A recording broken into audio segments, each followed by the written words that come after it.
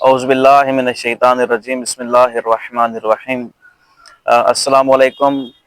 سب سے پہلے تو ہم ہزار الحمد ہیں اس خالق لم یزل ولا جزال کی کہ جس نے ایک بار پھر ہماری زندگی میں رمضان جیسا مبارک مہینہ رکھا اور رمضان کی نعمتوں، رحمتوں اور برکتوں سے ہمیں فیضیاب ہونے کا موقع ملا۔ اور اسی سلسلے میں ہمارے ساتھ موجود ہیں مولانا اسد عباس غفاری صاحب۔ السلام علیکم۔ وعلیکم السلام۔ سب سے پہلے تو ہم آپ کا شکریہ ادا کرتے ہیں کہ آپ ہمارے پاس تشریف لائے۔ اور قبلہ ہمارا آپ سے سوال یہ ہے کہ آپ ہمارا رمضان المبارک کی فضیلت بیان۔ اعوذ باللہ من الشیطان الرجیم، بسم اللہ الرحمن الرحیم، الحمد للہ والصلاۃ علی اہلہا، اما بعد، فقد قال رسول اللہ صلی اللہ علیہ وآلہ وسلم، ایھا الناس قد اقبل الیکم شہر اللہ۔ سب سے پہلے تو خداوند متعال کا شکر ادا کرتے ہیں کہ اس نے ہمیں ایک مرتبہ پھر ماہ مبارک رمضان کے اس مبارک مہینے میں ماہ مبارک رمضان کے فیض و برکات سے مستفید ہونے کا موقع عنایت فرمایا۔ ماہ مبارک رمضان یقیناً بہت عظیم مہینہ ہے، اور اس ماہ مبارک رمضان کے شروع ہونے سے پہلے پیغمبر گرامی اسلام نے ماہ شعبان کے آخری جمعے میں ایک خطبہ دیا کہ جس کو خطبہ شعبانیہ کے نام سے یاد کیا جاتا ہے۔ نام تو ہے اس کا خطبہ شعبانیہ، مگر وہ ہے خطبہ جو ماہ مبارک رمضان کے حوالے سے ہے۔ اسے خطبہ شعبانیہ کہنے کی وجہ بھی یہی ہے کیونکہ شعبان المعظم کے آخری جمعے میں اس خطبے کو پیغمبر گرامی اسلام نے دیا تھا، اس لیے اسے خطبہ شعبانیہ کہا جاتا ہے۔ وَإِلَّا اس میں ماہ مبارک رمضان کے استقبال کے حوالے سے پیغمبر گرامی اسلام نے لوگوں کو متوجہ کیا تھا کہ آپ کے ماہ مبارک رمضان کے کیا فضیلت ہے، کیا عظمت ہے۔ اور یہ جو خطبہ ہے، اس خطبے میں تقریباً اس خطبے کو 4 حصوں میں تقسیم کیا جا سکتا ہے۔ پہلا حصہ جو ہے وہ یہ ہے کہ جس میں پیغمبر گرامی اسلام نے اس ماہ مبارک رمضان کی فضیلت بیان کی ہے کہ یہ کیسا عظیم مہینہ ہے، اور اس کے بعد دوسرا حصہ جو ہے وہ ہے اس ماہ مبارک رمضان میں انجام دیے جانے والے اعمال کے بارے میں کہ کون سے کام ہے کہ جو ہمیں اس ماہ مبارک رمضان میں انجام دینے ہیں۔ اور تیسرا حصہ ہے وہ یہ ہے کہ ماہ مبارک رمضان میں سب سے بہترین عمل کون سا ہے، اس کے حوالے سے وہ بھی روایا اسی خطبے میں مولا کائنات نے ایک مرتبہ بلند ہو کے پیغمبر گرامی اسلام سے سوال کیا کہ یا رسول اللہ سب سے بہترین عمل کون سا ہے، وہ سب سے بہترین عمل کے حوالے سے تیسرا حصہ۔ اور چوتھا حصہ اس خطبے کا کہ جس میں پیغمبر گرامی اسلام نے مولا کائنات حضرت امام علی ابن ابی طالب علیہ السلام کا تعارف کروایا کہ پیغمبر گرامی اسلام نے خطبہ دیتے ہوئے اچانک جو ہے وہ گریہ فرمانا شروع کیا، تو مولا کائنات نے پوچھا کہ یا رسول اللہ آخر اس کی وجہ کیا ہے، تو اس میں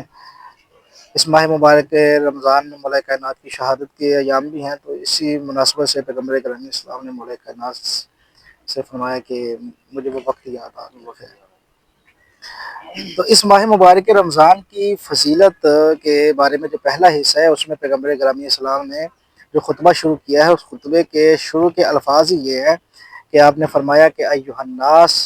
قد اقبل الیکم شہر اللہ، اے لوگو۔ قابل توجہ بات یہ ہے کہ پیغمبر گرامی اسلام نے ایھا المسلمون نہیں کہا، ایھا المؤمنون بھی نہیں کہا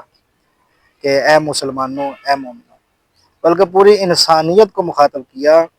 اس کا مطلب یہ ہے کہ ماہ مبارک رمضان صرف ایک گروہ اور ایک فرقے اور ایک مذہب کے لیے نہیں ہے،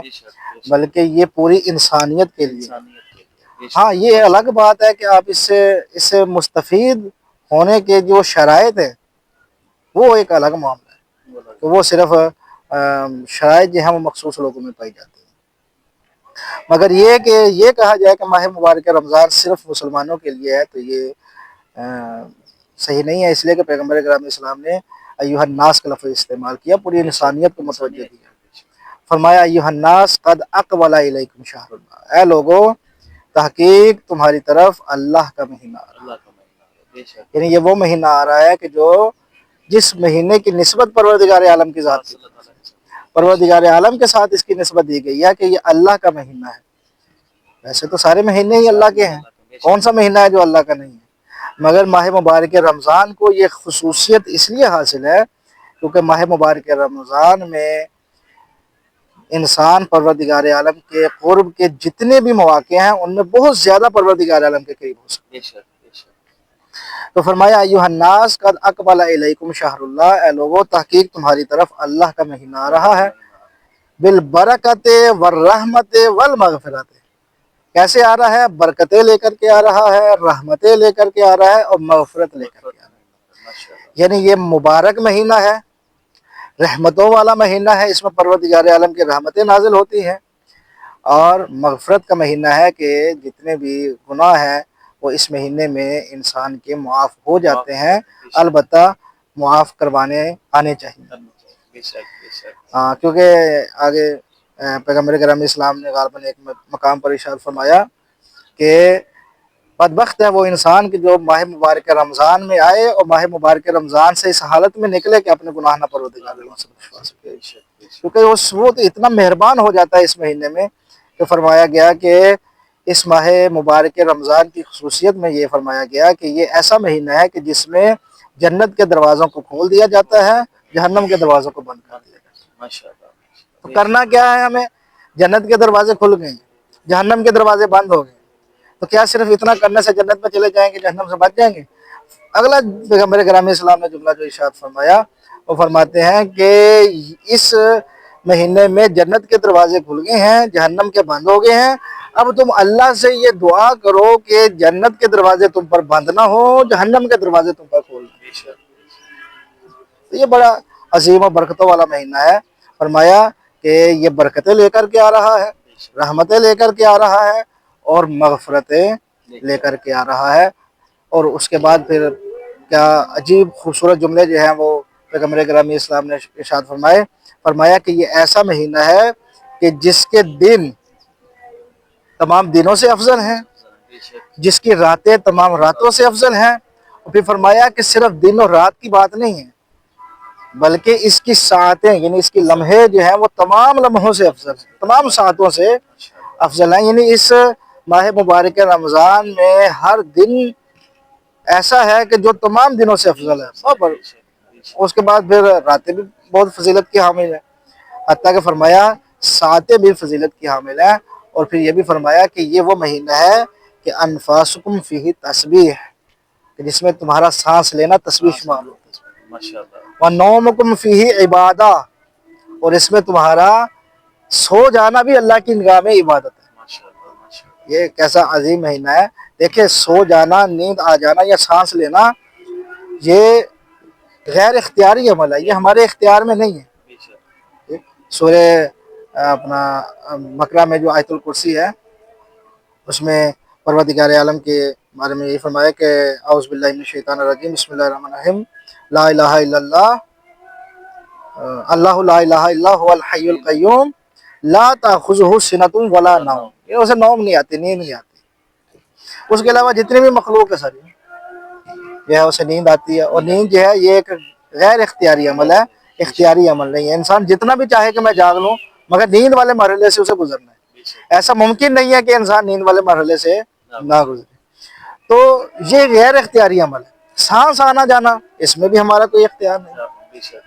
تو اب آپ محسوس فرمائیں کہ پروردگار عالم نے جو پیغمبر گرامی اسلام نے جو فرمایا کہ یہ ایسا مہینہ ہے کہ جو برکتیں لے کے آ رہا ہے، رحمتیں لے کے آ رہا ہے، کیسی رحمت ہے پروردگار عالم کی